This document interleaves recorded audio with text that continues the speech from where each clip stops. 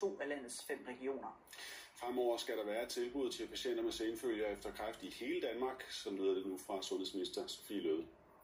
Vi ved, at rigtig mange kræftpatienter oplever at have og få senfølger, enten i lettere grad, men også nogle i meget svær grad. Og det vi kan se i dag, det er, at der er meget uensartede tilbud rundt i landet.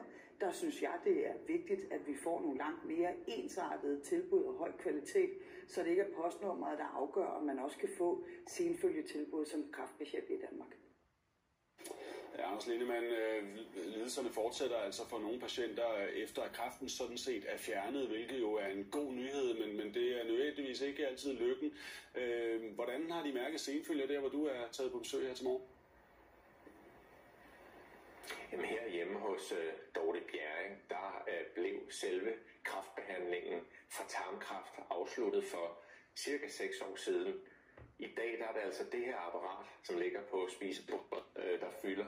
Det skal bruges en halv times tid morgen og noget om, hvad det er for senfølger, som du, Dorte Bjerring, stadigvæk kæmper med. Hvordan vil du beskrive dit liv efter denne her kræftdiagnose? Men mit liv, det er jo blevet meget anderledes. I starten, der var det et mareridt.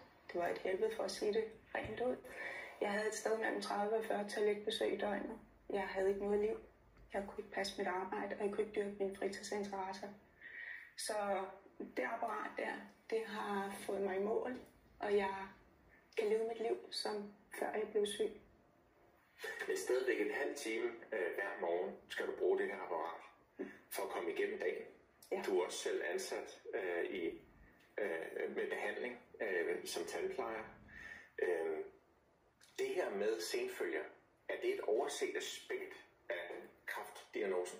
Ja, meget. Vi får en rigtig velbehandlet behandling, når vi er syge, men når vi er blevet raske, siger de, som vi faktisk ikke engang er raske, så bliver vi lidt alene. Og vi står der med vores senfølger og ved ikke, hvor vi skal gå hen, og hvem vi skal støtte os til. Man er rigtig meget alene. Ja, du har jo blandt andet skrevet det her hæfte til andre patienter.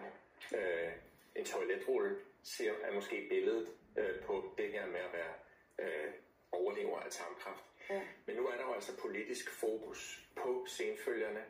Hvad vil dit indspark være? Hvordan kan man bedst hjælpe personer som dig? Ja, jeg tror for det første, så skal vi ikke bare slippes løs. Der skal være en eller anden pakke for senfølger.